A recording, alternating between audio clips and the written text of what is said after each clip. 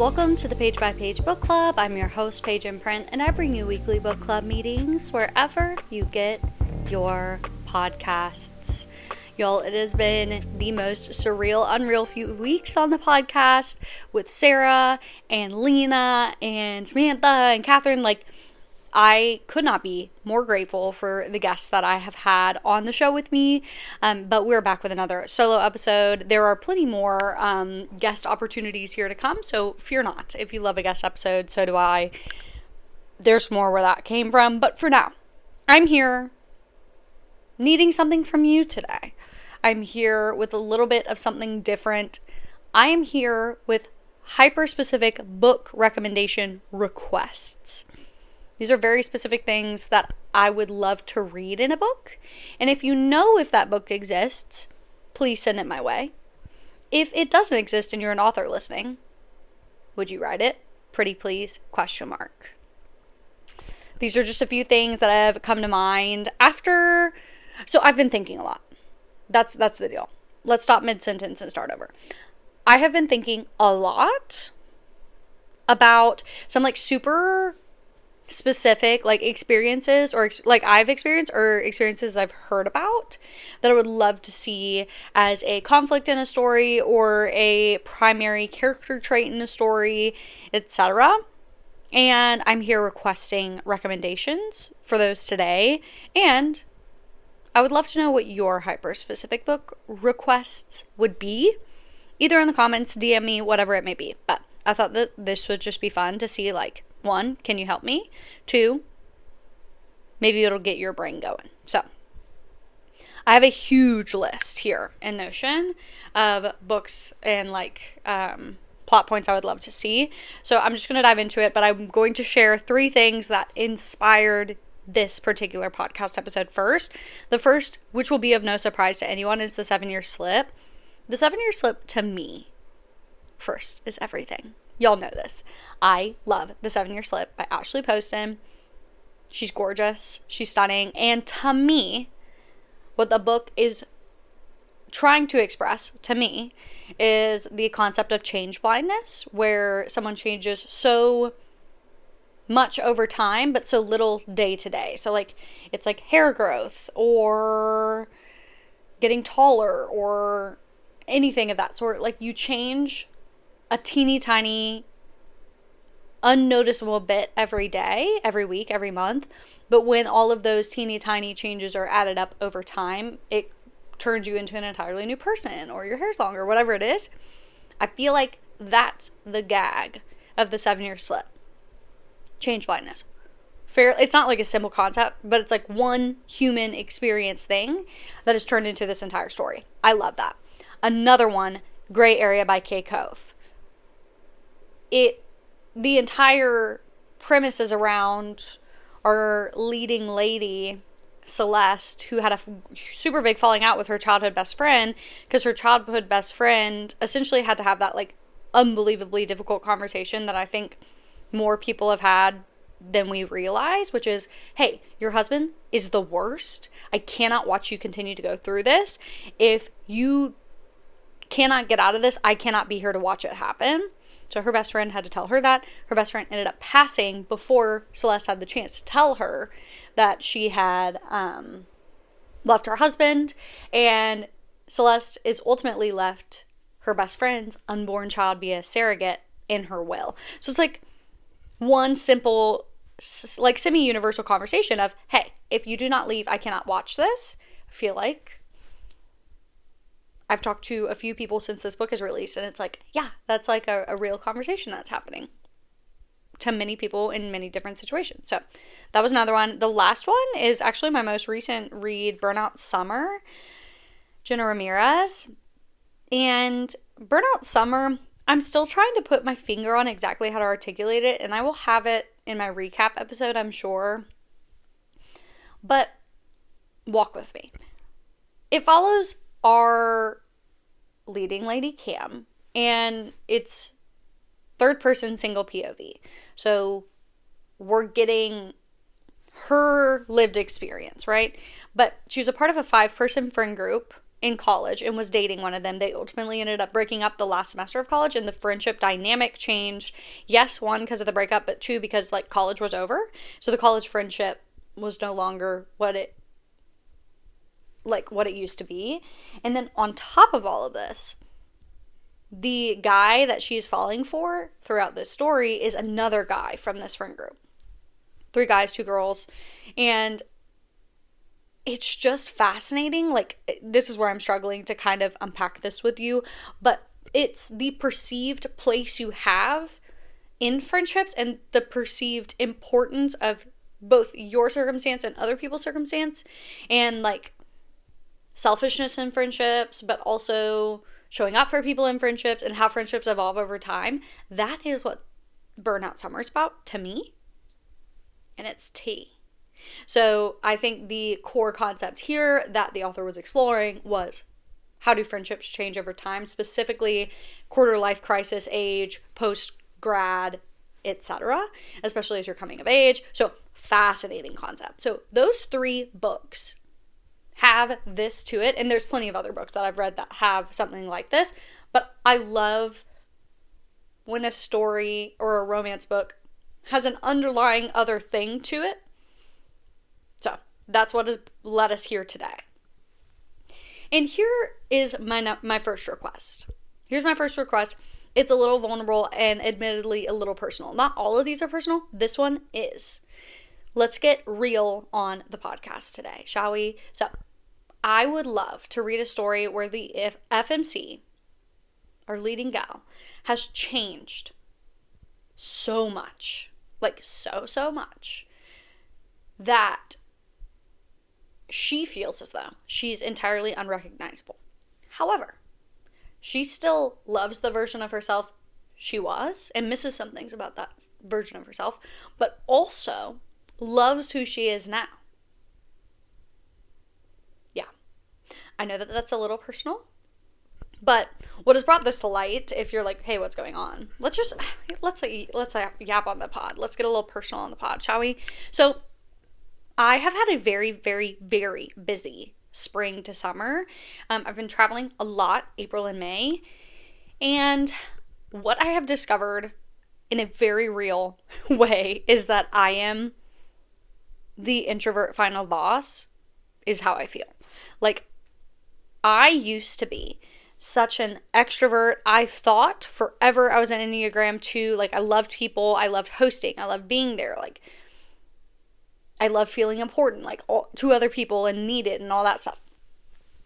And I just loved group settings, group hangouts, camp, opportunities, that kind of thing. And we'll get there. That was who I was. I was also, like, anyway, let's leave it there. Now, I know I'm an Enneagram type 1. I do not recharge in a group full of people. I need time to recharge after spending time with people. And I think, like, the Enneagram type 1, like, I have a desire for perfection. Like, it's just totally shifted. Like, the feeling of being needed is just no longer of interest to me. Like, I just feel like I've changed a lot. Like, a lot. And it's really come to light when I'm taken out of my usual environment of, work from home by myself. And I'm up and around traveling. I was on a retreat. Loved retreat. If any of the retreat girls are listening, hello, I miss you. I love you.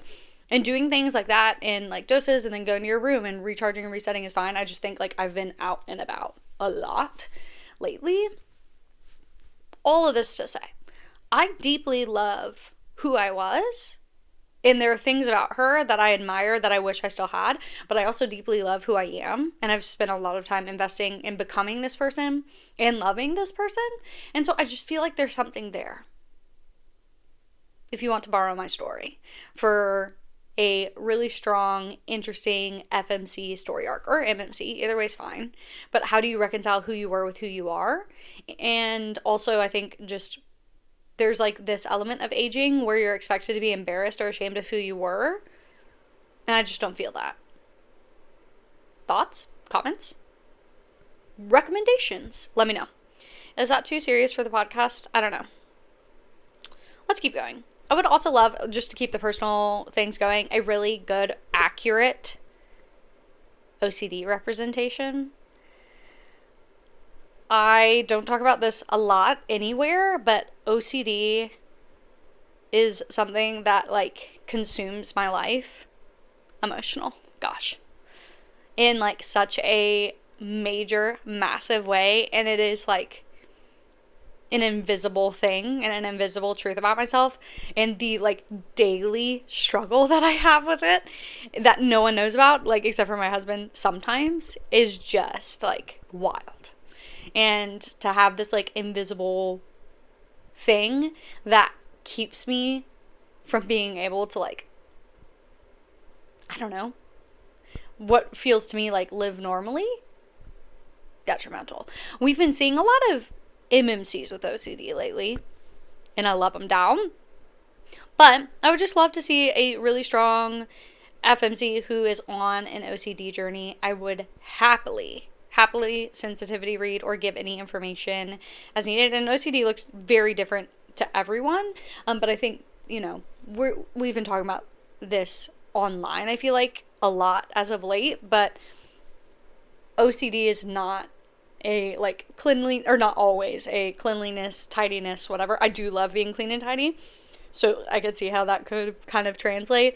But what I struggle with has nothing to do with that, and everything to do with all kinds of other things. Like the best example is, I will, like, this is just very simple, but it's like this impacts my life, is I will drive out of my house. Like I'll drive out and I will get to the exit of my neighborhood, and I will be like, did I close the garage door? And if I didn't close the garage door, did I close the back door? Because what if the dog got out? Okay, well, if my dog's out, I need to go back, and it's, you know, going to save a lot of time if I just go back in case she actually did get out and I did leave the back door open and I didn't close the garage door, and then like it just gets worse and worse and worse. So then I have to compulse. So that was the obsession. The compulsion is to turn my car around and, you know, go back and see if I actually close the garage door. 99.9% of the time I have closed my garage door, but the one time every 5 years that I hadn't closed my garage door, it just restarts the cycle all over again. So that's a very, very simple, singular example of very simple. Like that's the tip of the iceberg. And I'm lucky if I don't have to turn around at the exit of my neighborhood twice. Like this is not, like, I will go check and then go back and it's like, oh, what if I missaw that? What if I was wrong? Did I even look? And I'll like go back, like things like this. Is this too deep for a podcast? I don't know. I'm just a little vulnerable. But I'd love to see some accurate OCD representation. So I also wrote down like a few of my favorite like recommendations and books and FMCs that I love and what I love about them and I'd love to see more of. So one was Molly Luck from Cash by Jessica Peterson. And I have felt like she has been a bit of a controversial character, and I suppose I understand why people feel that way, I guess, but also I don't. She is that girl. Molly Luck to me is that girl. She is, I don't know, like I loved how hard she worked and how much she cared about her business, and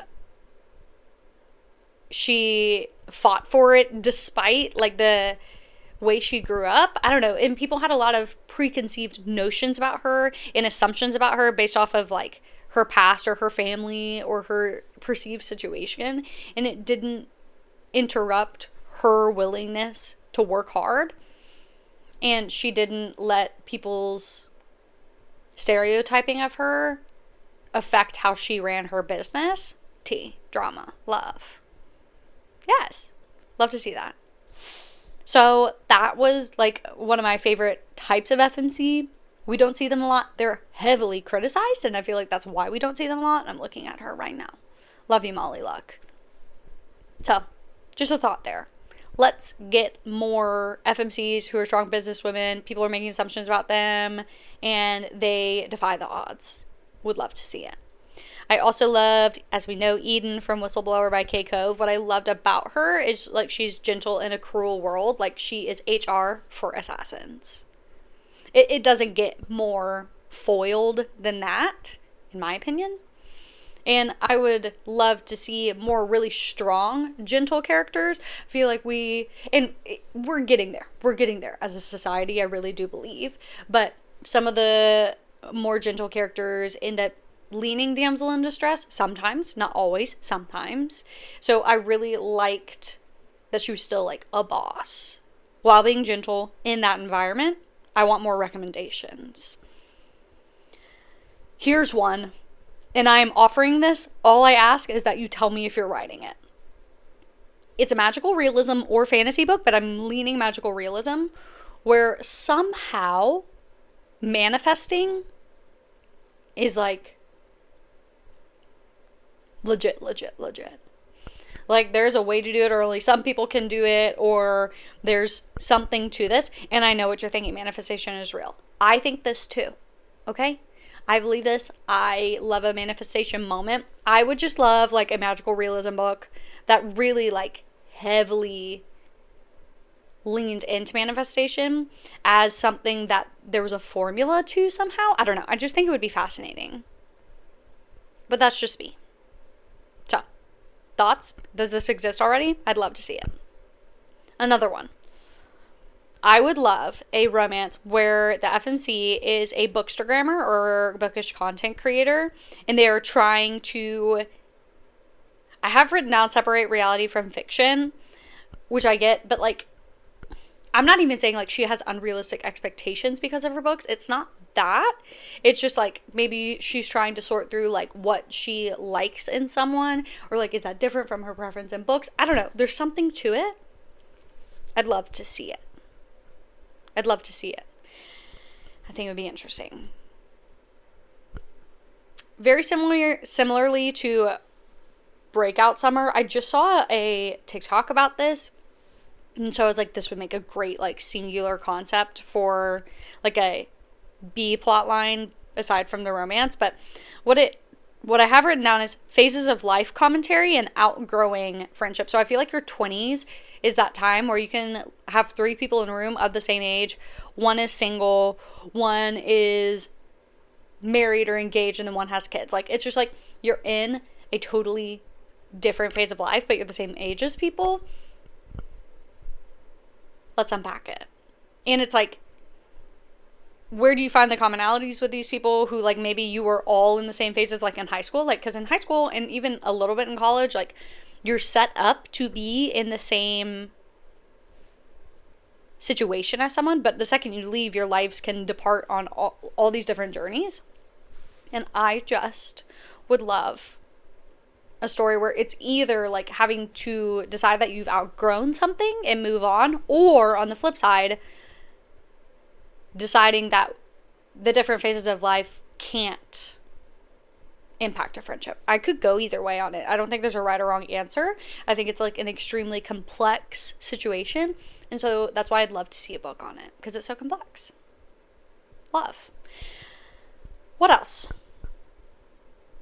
Oh, this is an interesting one too. Another like just random. I was actually reading a article about this.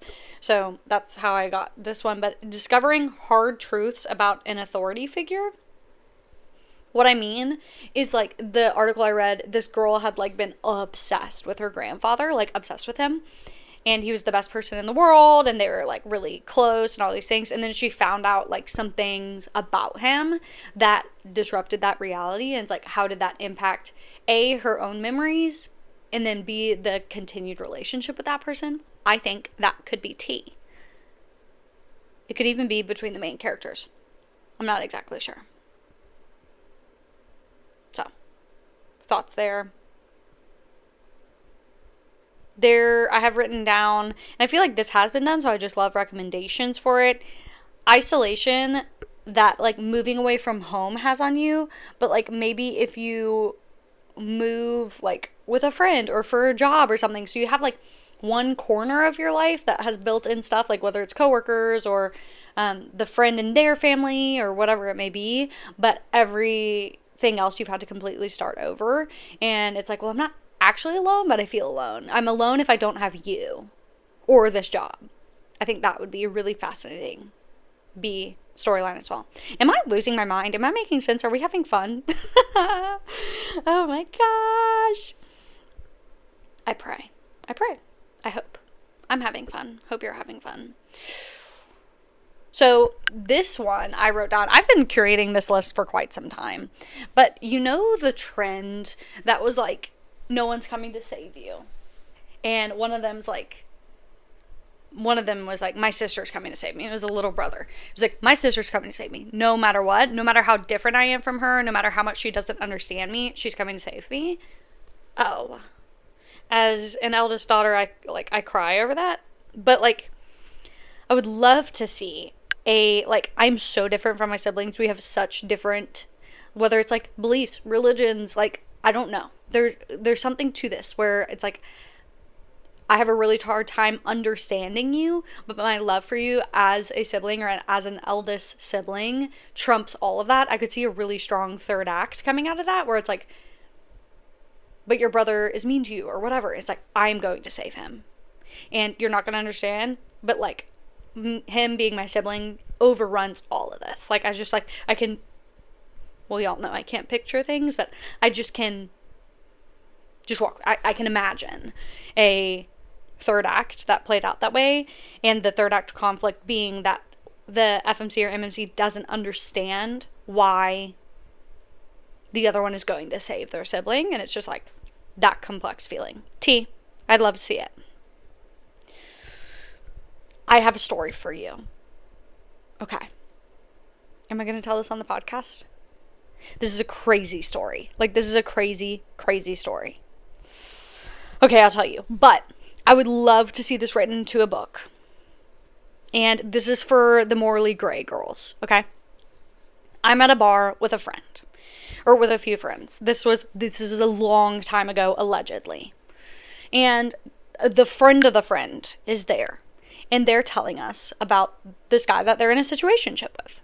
And I'm like, okay. I'm just here. I just work here, as I say. And she's telling us she's been in a situationship with this guy forever. She's obsessed with him. He's just not obsessed with her back. And she's the psychology major at where she goes to school. And she says, so I have a plan. Or I've been executing this plan. And we're all like, what plan? She had been, like, whenever she was with him, would place a nicotine patch in the center of his back where he couldn't, like, reach it or notice. Like, she just, like, tricked it onto him somehow. And eventually he was like, I don't know what it is, but every time I'm with you, I just feel different. Like, I just, like, and she, dare we say, allegedly made him addicted to her. Hey, that's crazy. I never saw this woman again, ever. And she really shared the story as if it was innovation that excites. And I am here today to say, I think that needs to be written into a morally gray romance somehow. Is that crazy? I mean, it's a crazy story. But is it so crazy that I'm not saying I want it in a book per se, but it's like, it's too perfect not to be in a book. You know what I mean? Man, I will never forget that. Man, yeah, it's like he's addicted to me. Diva. He is. You did that. Parentheses negative. That was crazy. I'll never forget her. I don't know her name, but I'll never forget her. I need to try to find her, see what's going on there. But yeah, there's so much wrong with it. Like, there's so much wrong with it. But it's like so wild of a concept that I'm like, someone's got to write it. So anyway, if you write it, let me know. I think that's literally insane. Now, here's some like not harder to come by ones, but things that I really love to see and would love more recommendations for. Y'all know I love the like class clown funny guy who has a sad past. I have talked to a professional about it. It's being unpacked. Everything's fine. I just love a Gibbsy sort, a little bit of a Theo Silva style.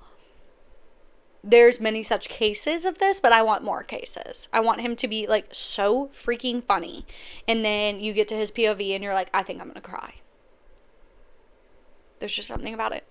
I'll eat it every time. Eat it every time. I'll read it every time. And I'll eat it up every time. A little bit of both.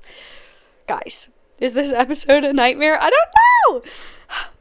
Please. Okay, next. Nearly silent MMCs. But I want his POV. You know what I mean? because we get that in the Predator and the Reaper from Runix from the Darkverse series, but it's single POV. I want his POV. I want to know what he's thinking up there. But I do get that it adds to the allure of the silent MMC when you don't know what he's thinking. I don't want to be that out of control. I do want the POV. Another situation of this is King of Envy. He doesn't speak, but he signs. So that's like an interesting take on this as well. Another one is Easy Out by Ginger Walls. So I do, that's like a total opposite of, like, I just did two total opposites of like funny guy, loud guy, class clown, and then the silent guy. I love them both. Oh, the duality of man. I would also love, here's another two sides of the coin. I have been loving where it's like a brother's best friend or something, but like she thinks that he hates her, right? She thinks that he can't stand her the whole time he's been in love with her, like for a long time. Love it. I need more recommendations. I can't even think of one off the top of my head. I know I've read it, but it's been a while, so I need more of this. Where she's like certain he hates her and he's in love with her. Grabby hands, give it to me now. Another one. This is a bit of the opposite, but kind of similar. Y'all know this, but I just want to reiterate. I love She Falls First. I love She Falls First so much. I love when she has left him for a very long time and he finally gets with the program. I totally get why we love He Falls First. I'm always going to eat it up. I'm always going to read it. However, She Falls First, entirely underrated, not done enough. And I think there's just so many angles to She Falls First. I really do. My most recent one of this is The Playbook by Erin McKenzie. Had a fun time with that. Really good stuff. Sable Peak by Devaney Perry is a classic case of this, and y'all know I love it. But She Falls First is so fun to read for me, and I just love it. So, need more of that. And then my last thing, which is, I'm a frequent flyer requesting things like this, but I love when a like strong man cries. I really love it. It just like, it hits. I think it hits for everyone. Like, I don't think this is a unique experience, and I'm not unpacking that with a professional. I just think like it is such a like powerful moment, especially in the third act. I'm thinking right now about On Lover's Lane by Samantha Young, where she comes home and he's sitting outside of her apartment thinking, I think he thought she was with someone else, if I remember correctly. And she comes back and he's like so relieved, he cries, but he's like a like pretty strong, like more stoic MMC leading up to that. Hey. Oh. Wow. Love it. Merit by Devaney Perry. Another case. But I need more. I need so many more. And I love it. So that's my truth. Those are a few of my like really, this could probably be a part one because I come up with these so regularly, and there's just like, I think there's just so many like small phenomenons, like, you know, the change blindness or the how do college friendships change. Like, I think there's like so many questions or concepts or phenomenons that could be very easily woven into a B plot and foundation of a story to just zhuzh it up. And I think it's so fun. So I feel like this episode was a little bit out of the box, a little bit vulnerable, a little bit wild. Maybe not, but for me it was. So let me know if you have any recommendations for me after this episode, or if you have any thoughts or comments, or it's like, hey, Diva, never do that again. And that is totally fine. But yeah, that is enough from me today. We're doing good on time. I'm yet again recording the day before. That hasn't been happening with the guests, but I have another guest slated to come up for you, and it's already been recorded. Anyway, it's a whole thing. The schedule is crazy. I'm going to France in June, so I'm going to be pre-recording a lot of stuff as well, so stay tuned, and I may have y'all vote for some topics there, but anywho, I'm going to cut myself off. Thank you as always for spending your time with me, and I'll see you in the next one.